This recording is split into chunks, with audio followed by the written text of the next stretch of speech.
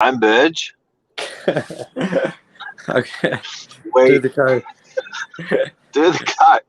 We are starving here, guys. We are starving of haircuts. We are starving of property. Stay tuned. We're going to talk about the property starvation.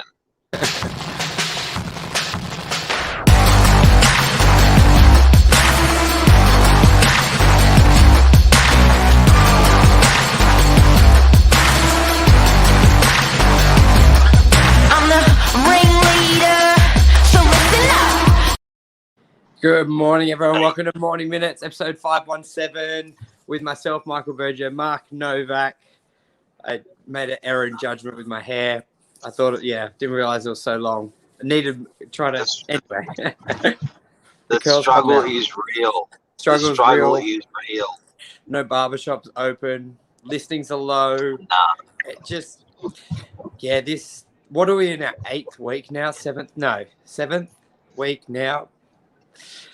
It's pretty tough. Yeah, but and we monitor the numbers across the state and across our region really hard, and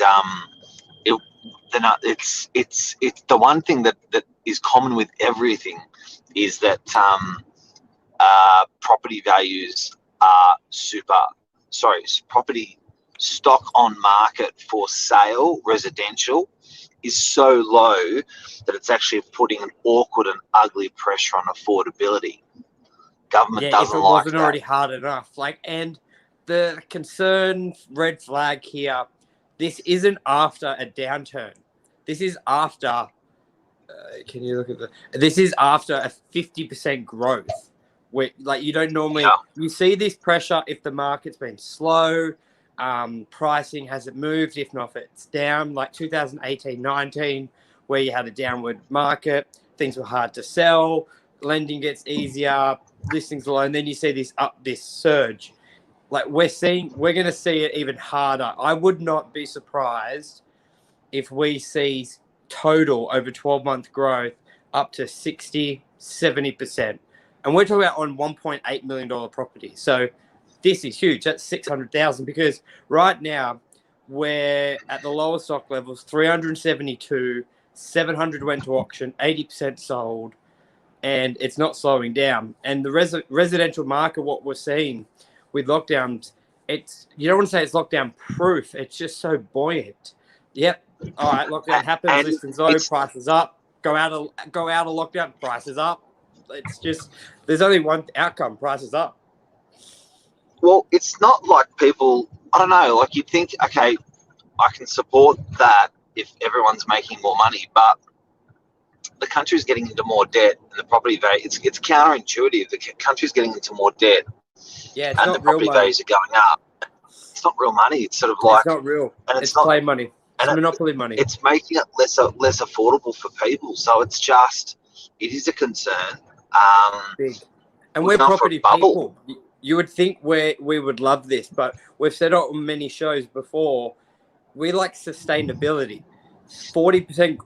Our ears were not red flag. Our wires were a bit like, hey, this is almost a bit too crazy when they were at 30% growth. And we're like, all right, just came after and this was back in January. We're like, all right, surely it'll level out. We had shows that were like, yeah, this is it leveling. And then before you know it, we're at 45% growth.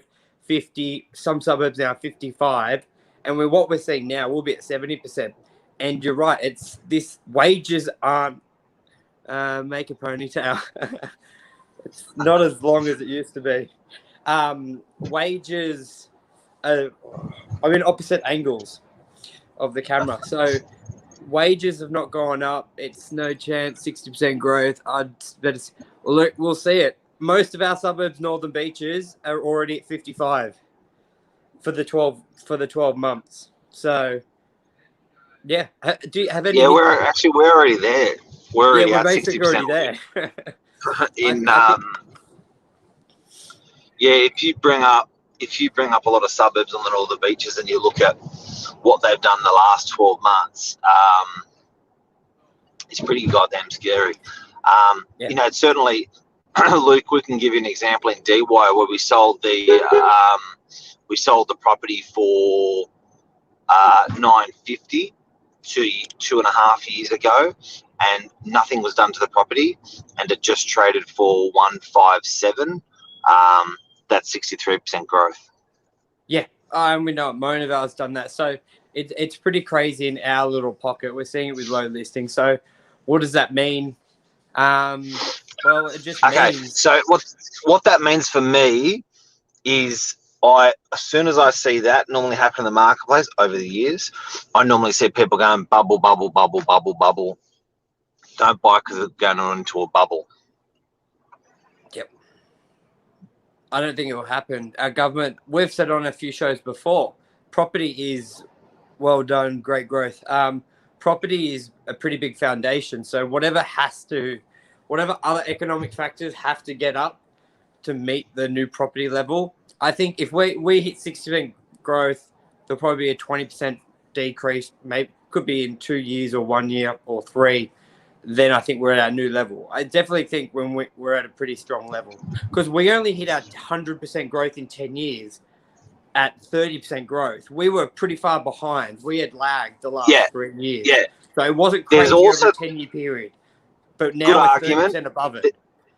Good argument. There's also the argument to support what you just said, that we're undercooked, that the cake was undercooked for a long period, and now we've probably overcooked the cake a little bit. So, well, it depends if 2% interest rates are sustainable.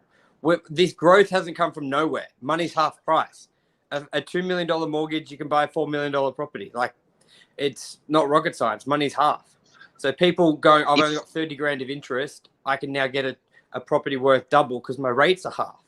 That's where the growth's come from. It's not because of increase in wages. So what we're seeing week on, week out, guys, is property values every week. Sorry, property stock on market, stuff that's available for sale, residential, every week is dropping. Yep, and property it normally just sits at the same. 10 properties sell, 10 properties list, 10 properties sell, 10 properties list. That's normally like what happens. Well, wait. But go. So you go. It's definitely eroding. The stock is eroding. It is alarming. It is, because when you're normally at that level of stock, it's like that's the stock that's been on the market for 6 months. And Lewis Christopher does some good data. We don't really have any of that stock. We just did. Yes, I'd like to check the numbers next week, and we'll talk about it, because if 700 sold, there's 300 remaining. Yeah, it's not like we're sitting on the same amount. These are new properties coming to market, so that's where it's going to have that increase in price. Yep. Why? What's that? Why? Would you still buy? Yeah, if it's for family. For an investment, you'd probably look at it, make sure you can get a couple incomes. You're not worried about buying at the top of the market? Well, if you plan to live, if you're buying something for 10, 15 years, I think you've just got to, you just buy. Otherwise, you're going to be renting. Renting prices are still pretty high. So it's cheaper to buy than rent. So even if it comes back 20%, it's not really much of a difference. It'll hurt mentally, but you buy a property for 2, it's worth 1.8 for 10 years, 5 years. You can still, like, you're doing your numbers that you can afford the mortgage. So, yeah, buying an investment right now would be a little bit, unless you can add a lot of value. That's what I'd be worried about. You're not concerned about buying at the peak? No, because you don't really know it's at the peak till it starts going down. Then if it continues, I don't think you should look at it at that scale. If you're ready to buy, your finances are there, and it fits into a 5 or a 10-year plan. Yeah. So, and people would have said the peak was at 20%. Yeah. Yeah. If you're buying at a peak and selling at a peak, it's still double. Yeah. Exactly. So, I don't think you should read too much into it on that scale. What about stock? Okay, we've talked about stock so far. Residential, we've established it's dropping. We've established the values are going up because it's dropping. The buyer numbers are staying the same. Buyers are not dropping off, but properties for sale are. Yep. What's happening with residential rentals? Pretty steady. around that 500 to 700 listings, fluctuating a little bit, but very steady. It's all within 10%. Like residential's had 30-40% swings. So residential properties for rent, there were as many properties a year ago than there are today. Yeah. Residential sale, there's half the amount of properties today than there was a year ago. Yeah. Commercial for sale, just under half down from about 150 to about 88. And that 88, that's rubbish stock, 12 months old, longer, fake listings. There's probably about 10 good listings, fresh. Like, there's nothing there. Commercial. That's in your catchment. That's in our catchment, the Northern Beaches. Yeah. So good reference. Good reference. Good reference. What about Valley? And so you got half the stock than what you had 12 months ago.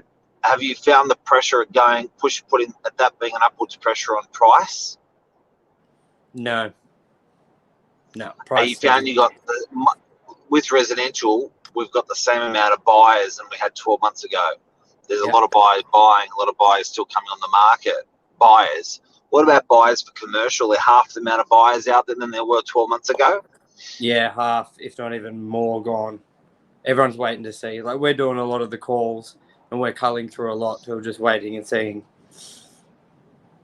Yeah, well, you spent an enormous amount of time the last 2 weeks doing that. So okay, so that's interesting. That's an interesting index, because what's Lisa saying? Buyers are choosing their own prices by moving to a location that fits their budget, buying in Port Macquarie instead of Cromer. Anmal, she says, hello. Hey, Anmal. We're going to get Anmal to the Northern Beaches. Okay, so that's real interesting. That's real interesting. And commercial leasing, just yes. I like this one. Yeah, commercial leasing, there's two mindsets. There were the first 8 months of COVID, it was take any deal, 50% off, 60, just get it rented. Then there was, this is from a landlord, and then there was the one that was like, fuck it, keep it empty for a year, 2 years, I'm not halving my price. So a lot of them are still sat, or they've come back around and taken deals. So listings are a lot lower, which tells me like it's gone from 700 to 500 and it's a steady decline. If you look at the residential, it's like 300 listings, 400, 5, 6, and then back down with lockdowns and etc. and Christmas. Commercials just like each week 700 down to 500. So, and I think we're seeing it as well. Less tenants are moving. Landlords are they must be, and we know they are because they're doing deals with tenants. They're whatever. I think people are being very compassionate. And it does come from a lot of commercial landlords don't have a lot of debt on their property. So their mindset is... I think the landlords also, from last time, realised it wasn't forever. I think last time they're like, oh my God, Armageddon, this is going to be such a deep, deep pit, such a deep, deep hole. I think landlords this time realised, okay, let's help these guys out because it's not going to be forever. And it wasn't last time. Yeah, and for the commercial landlord, yes, you've got to find someone, or we might as well go. Yes, you've got to find someone, or we might go to Port Macquarie as well. And Mel, Port Macquarie. How far is that from here? That's a couple hours. Yeah. Port Macquarie, 4 hours north, I think. So, okay, 3 hours? Yeah. So, in a nutshell, guys and girls, this is what we're seeing in the marketplace. Residential property sales, stock levels, Burge? Very low, 50% off, like down, upward pressure on pricing, no change in size. Okay. That was my next question. Great. Residential rentals? Steady. Listings vary within 10%. So there's probably 10% of, 550 on the market, 500. No stress there. Whenever you got to move, you move, or you don't. No pressure on pricing, up or down, been the same as it was a year ago. Yep. Commercial for sale. Commercial for sale, if it's with a tenant, lockdown proof, which we've discussed, medical doctors will fly out the door at that 6% yield, 6.2. Vacant properties, tough. Industrial, flying out the door. Like we did that Orchard one. That I priced it at like 6 million. It sold for 8.5. So the right industrial, like it can still fly. But there's So from a the year listings ago, stock is lower. Yeah. And prices are on average down, level up. There haven't been sales. I'd say same. There haven't been the sales. We would normally, there's no sales. There's not like for likes. Commercial for lease stock levels are low, but still a lot out there. 500 properties. Find the right landlord. Great variety. Been pretty steady. So if you're looking to move, it sucks because there's nothing new coming on. I've got people saying I've been looking for a year. A freestanding industrial hasn't come up that ticks our boxes because you normally have 10 new properties a month. It's so tough if you're moving or tough all around. Commercial for Pricing lease, steady. not a lot of selection. That's starving a little bit. And certainly when you look at DY, how many for lease, it's a lot less than what it was a year ago. But the value, the rental prices, Steady now. From 12 months ago, there was some big. I think we're at that new level. There's not the 30% discount as much anymore because a lot of owners, if they've come on the market in the last 6 months, most have just done deals with their existing tenant, knowing it would be pretty bad if they went to the open market. So, it hasn't been too bad. Steady. And that's our episode of Property Starvation. Yeah, perfect. Thanks, Mark. Thanks, everyone. Cheers. Everyone. Hope it helped. Bye.